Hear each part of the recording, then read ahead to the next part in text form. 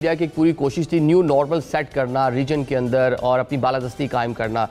इसको बुरे कार लाने के लिए बहुत सा वेपन भी दुनिया से उन्होंने इकट्ठा किया। मार के हक से पहले हमने देखा राफेल उन्होंने इंडक्ट किए, साथ में S-400 डिफेंस सिस्टम जो है वो उन्होंने रशिया से लिया। लेकिन सारी की सारी चीज़ें इंडियंस के उस तरह से मार के हक के दौरान हमने देखा काम नहीं आ पाई। पाकिस्तान ने डिस्ट्रॉय करके रख दिया तमाम जो वेपन दुनिया से उन्होंने बाय किया था।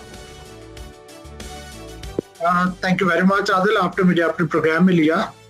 देखिए, मई 25 में हमें कुछ इंटरनल मुश्किलात का सामना था जिसको दुश्मन ने एक्सप्लॉइट करने की कोशिश की, और उसने टाइम ऐसा चुना कि शायद उसका ये ख्याल था कि वो पाकिस्तान को जो है वो कारी ज़रब लगा सकेगा।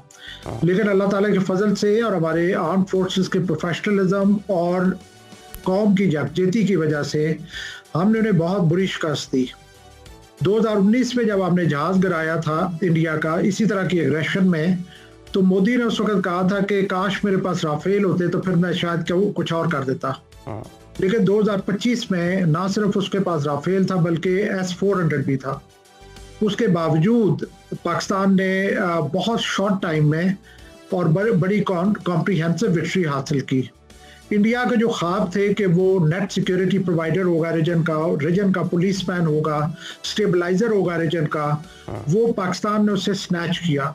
इस वक्त पाकिस्तान जो है वो नेट सिक्योरिटी प्रोवाइडर है, रीजन का स्टेबलाइजर है, और पाकिस्तान इमर्ज हुआ है as a regional power. India जो है वो उसकी कमबख्ती नहीं ख़त्म हो रही जो कि मई 25 में शुरू हो रही थी, और पाकिस्तान की अल्हम्दुलिल्लाह राइज जो है वो कंटिन्यूसली जारी है। हर गुजरते दिन के साथ पाकिस्तान अपने स्ट्रेचर में गेन कर रहा है और इंडिया अपने स्ट्रेचर में लूज कर रहा है। पर्टिकुलरली अगर मैं ईरान वॉर के, अभी अल्हम्दुलिल्लाह एक ऐसी स्टेज है कि जहाँ पे पाकिस्तान के ऊपर एक सुपर पावर डिपेंडेंट है, क्योंकि अमेरिका जो है वो एक मुश्किल में फंस चुका है और वो पाकिस्तान की तरफ देख रहा है कि वो उसको मुश्किल से निकाले। एक दफ़ा हमने 1971 में चाइना के साथ उनकी ओपनिंग दी थी, और आज दोबारा से अमेरिका पाकिस्तान के ऊपर डिपेंडेंट है। बहुत ज़्यादा हमने कामयाबियाँ हासिल किया सफारतकारी के महाज पे, और पाकिस्तान ने मर्ज किया है एज एजेंट ऑफ पीस, और इंडिया ने मर्ज किया as agent of chaos and conflict. So alhamdulillah, we are on the rise and India is on the decline.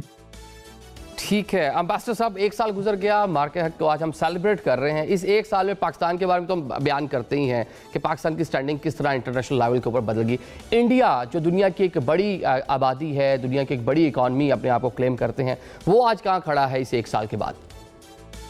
जी निज़ामी साहब, thank you for inviting me. देखिए, मैं सबसे पहले तो आपको भी, चैनल साहब को, तमाम देखने वालों को बहुत बहुत मुबारक इस बहुत ही अजीम दिन की। ऑफ कोर्स पाकिस्तान के लिए एक लम्हे फ़ख्र है ये हम सब के लिए, जब हमारे पे एक जंग मुसल्लत की गई।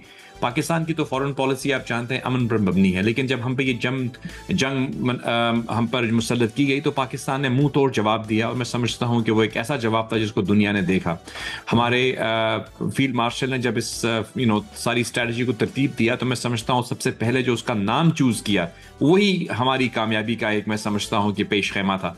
बनियानुल मरसूस, what a beautiful name, inspired by the Quran, जिसका मराद है कि एक सीसा पिलाई हुई दीवार। और मैं समझता हूँ वो सीसा पिलाई हुई दीवार हमारी अफवाज जो थी वो बॉर्डर्स पे थी, हमारे शाहीन जो थे वो फ़ज़ाओं में थे, और हमारी पूरी कौम जो थी वो अपनी अफवाज के साथ खड़ी हुई एक सीसा पिलाई हुई दीवार थी। आप भी निज़ामी साहब और आप जैसे और दोस्त मीडिया में पाकिस्तान की जंग लड़ रहे थे, बिकॉज सोशल मीडिया भी एक, जो आप जानते हैं आज के ज़माने में नैरेटिव की भी जंग होती है। तो मैं समझता हूँ कि जिस तरह से जनरल साहब ने कहा, और मैं DGISPR की उस प्रेस कॉन्फ्रेंस का भी जिक्र करूँगा जिसमें उन्होंने ये कहा कि पाकिस्तान के अंदर कुछ इंटरनल डिफरेंसेस आ रही थी। डेमोक्रेसीज में कभी होता है ऐसा, तो दुश्मन ने बड़ी गहरानी साजिश की कि वो इसका फ़ायदा उठाते हुए हमारे पे हमला करे।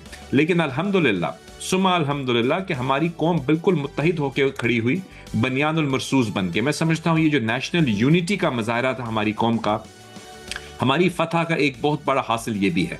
और आज निज़ामी साहब, जो हम दुनिया में देख रहे हैं कि पाकिस्तान को एक ग्लोबल वर्ल्ड ऑफ डिप्लोमेसी के सेंटर स्टेज पे हम देख रहे हैं, मेरी नज़र में पाकिस्तान की वो कामयाबी जो मार्का हक में हमने हासिल की, बैटल ऑफ ट्रूथ, सच्चाई के साथ खड़े होके और बनियानुल मरसूस के साथ, उस कामयाबी का डायरेक्ट इम्पैक्ट जो है आज हम पाकिस्तान को ग्लोबली डिप्लोमेटिक स्टैंडिंग में देख रहे हैं। देखिए, जब ममालिक अपनी हार्ड पावर को इस्टेब्लिश करते हैं तो उनको सीरियसली लिया जाता है। मैं दोबारा कहूंगा कि हमारी कोई हॉस्टाइल डिजाइन्स नहीं है। ये एक बात हकीकत है कि पाकिस्तान इस्लामी दुनिया की वाहिद न्यूक्लियर पावर है और पाकिस्तान की चाको चौबंद अफवाज, हमारी नेवी, हमारी एयरफोर्स हमारा फख्र है और इसके साथ साथ हम समझते हैं कि दुनिया की बेहतरीन आर्म्ड फोर्सेस हैं।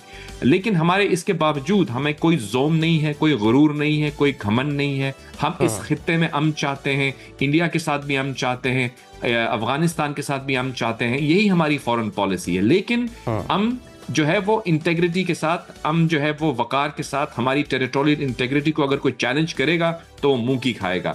ये जो हार्ड पावर है निजामी साहब, इसकी बेसिस पर दुनिया में ग्लोबल इन्फ्लुएंस इस्टेब्लिश किया जाता है। आज हम देख रहे हैं कि एक तरफ दुनिया थी वो एक तीसरी जंग अजीम की तरफ बढ़ रही थी और पाकिस्तान की कामयाब सफारतकारी ने field marshal general Asim Munir साहब की क़यादत में किस तरह से उस जंग को रोका। न सिर्फ रोका बल्कि हम उन दोनों साइड्स को एक मज़ाकराती टेबल पर ले आए और यहाँ पे आके हमने ऐसे इस्लामाबाद टॉक्स किए जो मेरी नज़र में कामयाब टॉक्स थे। कुछ लोग कहते हैं कि उसका कोई रिजल्ट नहीं निकला, लेकिन मेरी नज़र में वो कामयाब टॉक्स थे। तो आप जो पीस मेकर का पाकिस्तान का रोल है, बल्कि अब आने वाले हफ्तों के हवाले से भी इंटरनेशनल जो ऑर्गेनाइजेशन है, जो अखबारात हैं, वो इस पर दावा कर रहे हैं कि आने वाला हफ्ता डिप्लोमेटिकली पाकिस्तान में दोबारा से कोई इंगेजमेंट्स होने जा रही हैं ईरान और अमेरिका के हवाले से। होप्स हो कि ऐसा हो, रीजन में दुनिया में पीस और पाकिस्तान इस टाइम उसको लीड करता हुआ नजर आता है। जनरल साहब, मिलिट्री जो है, आप एक प्रोफेशनल सोल्जर रहे हैं, पूरा साल मतलब 24/7 तैयारी रखनी ही रखनी है, क्योंकि आपका जब एक दुश्मन एक साइड पे आपके ईस्टर्न बॉर्डर हो, आपको वेस्टर्न बॉर्डर हो, दोनों जगहों से वो ऑपरेट कर रहा है, तो तैयारी अफवाज पाकिस्तान की मार के हक के मौका पर, और साथ में जिस तरह से हमने टेक्नोलॉजी को इंडक्ट किया, उनको सिंक्रोनाइज किया और उसको फिर मार के हक के दौरान उसका इस्तेमाल करके दुनिया को दिखाया।